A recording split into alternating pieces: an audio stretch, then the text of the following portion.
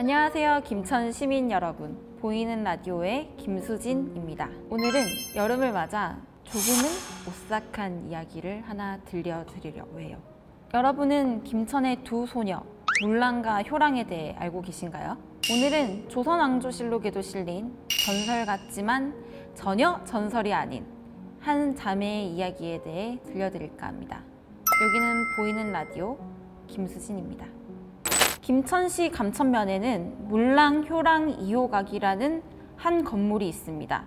어쩌면 지극히 평범해 보이는 이 건물에는 딱 하나 사연이 숨겨져 있는데요. 바로 1700년대 초 벌어진 묘지 분쟁 사건. 이야기는 조선시대로 거슬러 올라갑니다.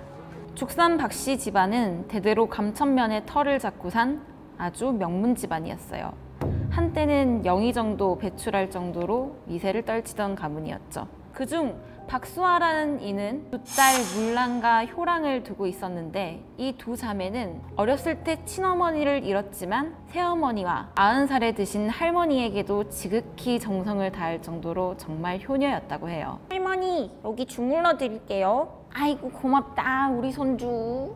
게다가 딸들 또한 어찌나 똑똑한지요. 오로지 남자만 과거를 볼 수 있었던 조선시대였지만 아버지는 손수 딸들에게도 글을 가르쳤다고 해요.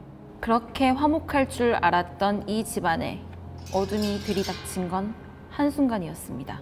1709년 숙종 35년 당시에 청안 현감을 역임하던 대구의 부호 박경여라는 이가 그들 앞에 나타난 것이었죠. 여기 박수안의 조상이 묻힌 이 땅 말이야.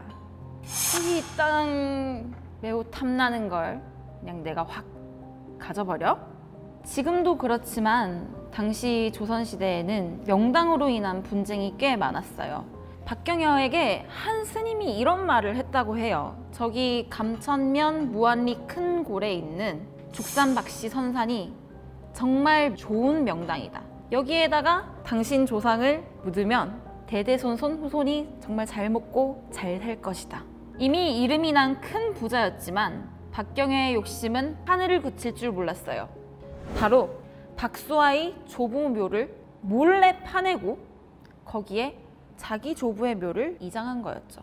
제가 읽으면서도 좀 어이가 없는 게 지금 이런 짓을 저질러도 무서운 행동이잖아요. 당시 이 같은 박경여의 행동에 분노한 박수아는 바로 경상가명에 그를 고소했습니다.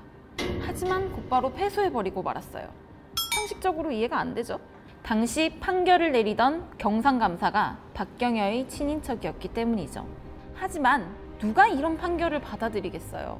박수아는 재차 다시 상소를 합니다. 하지만 묘소를 벌목하던 박경여의 종을 몇 차례 때린 일로 트집이 잡혔고 이 과정 중에 태장을 맞아 결국 일주일 만에 병사하고 맙니다. 종을 때린 것도 사실은 잘못한 거잖아요. 근데 얼마나 억울하면 그렇게 했을까. 졸지의 아버지를 잃은 박수아의 두 딸은 관가에 이 사실을 고했지만 당시 지방과는 만나주지 않았습니다. 경상감사 말고 다른 쪽으로 찾아갔다고 하더라고요. 근데 다 한통속인 거지.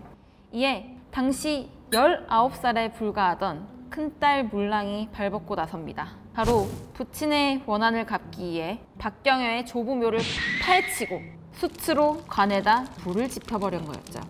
그 뒤 그녀는 이 사실을 대놓고 박경여에게 통보하고 맙니다.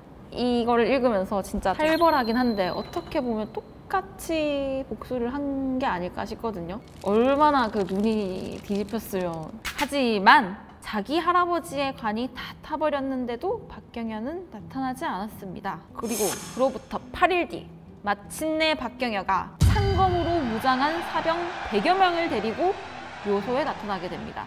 소녀 한 명을 상대하기 위해서 장정 100명을 끌고 온 거예요. 조선왕조실록에 따르면 화가 난 물랑은 말을 타고 그들에게 돌진하려 했어요. 하지만 주변 사람들은 모두 그녀를 긋고 만류했죠. 그러나 이미 화가 난 물랑의 눈에는 아무것도 보이지 않았습니다. 결국 소랑 끝에 그녀는 죽임을 당하고 맙니다. 설상가상 박경여의 위세에 눌려 물랑의 죽음은 무려 5일에서 6일이 지난 후에야 상부에 보고되었습니다. 하지만 아무도 그녀의 죽음에 관심을 갖는 이는 없었죠. 그러나 단 한 사람, 동생 효랑만은 그녀를 잊지 않았습니다. 당시 효랑의 나이 겨우 17. 하지만 아버지와 언니를 그렇게 연이어 잃은 효랑의 눈에는 아무것도 보이지 않았어요. 그녀는 서울로 남장을 한 채 홀로 올라가게 됩니다. 바로 왕을 만나기 위해서였죠. 조선시대에는 그 격쟁이라고 해서 억울한 일이 있으면 징을 누리면서 왕에게 호소를 하는 방법이 있었거든요. 이제 효랑이 그걸 한 거죠. 억울합니다 하면서 임금님 제발 저를 만나주세요 하고, 그렇게 한양으로 올라간 효랑은 지나가는 길목마다 높은 사람이 지나가면 무조건, 그리고 궁궐 앞에서도 징을 울리며 자신의 억울함을 호소를 했다고 해요. 하지만 이때가 조선시대 아닙니까? 남장을 했음에도 불구하고 여자인 게 들통나버려서 도리어 꼴을 치르게 돼요. 자기 억울함 호소하려고 한 건데 너무 억울한 것 같아, 이것도. 그래도 쥐구멍에 볕들 날 있다고 하던가요? 그런 효랑을 가엾게 본 한 관리에 의해서 효랑은 다행히 풀려나게 됩니다. 관리들도 사람이잖아. 자기들이 들어도 되게 안 됐겠지. 치성이면 감천이라. 결국 효랑의 진심이 통했던 걸까요? 그녀의 일은 상부에 보고되고 결국 임금님의 귀에까지 들어가 현재의 감천면 지역으로 다시 암행어사가 파견되게 됩니다. 이때부터 상황이 하나씩 역전되기 시작해요.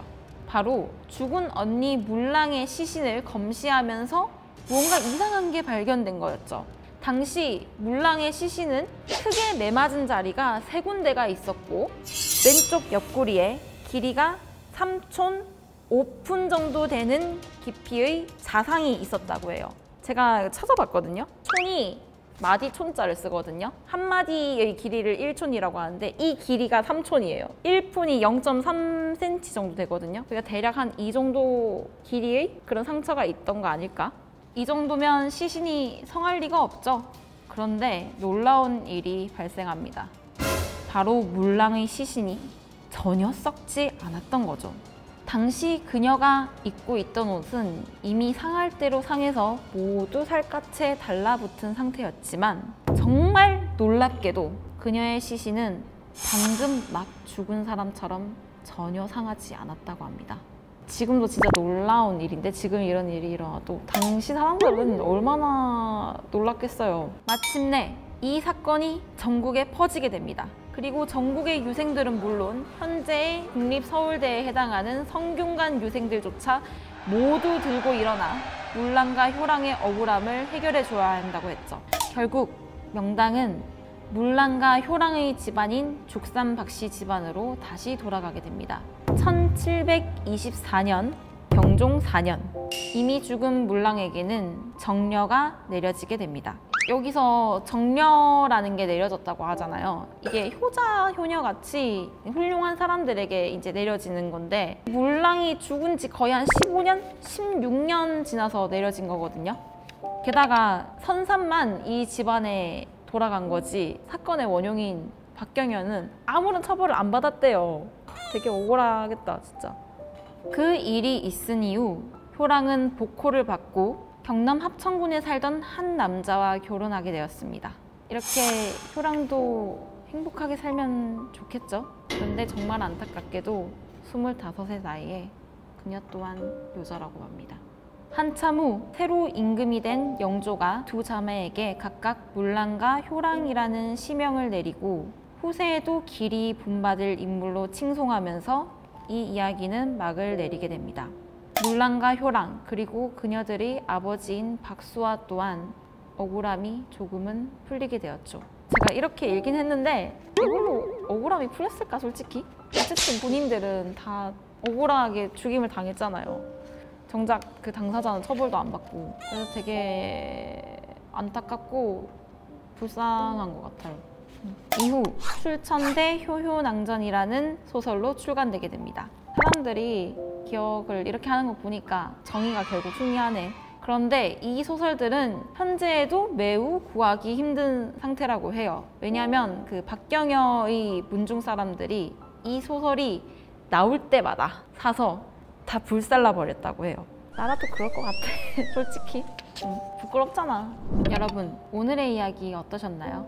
혹시라도 이 영상을 보시고 감천면에 가실 일이 있다면 물랑효랑 2호각을 한번 찾아가 보시는 것도 어떨지 생각해 봅니다. 지금까지 김천시 보이는 라디오 김수진 주무관이었습니다.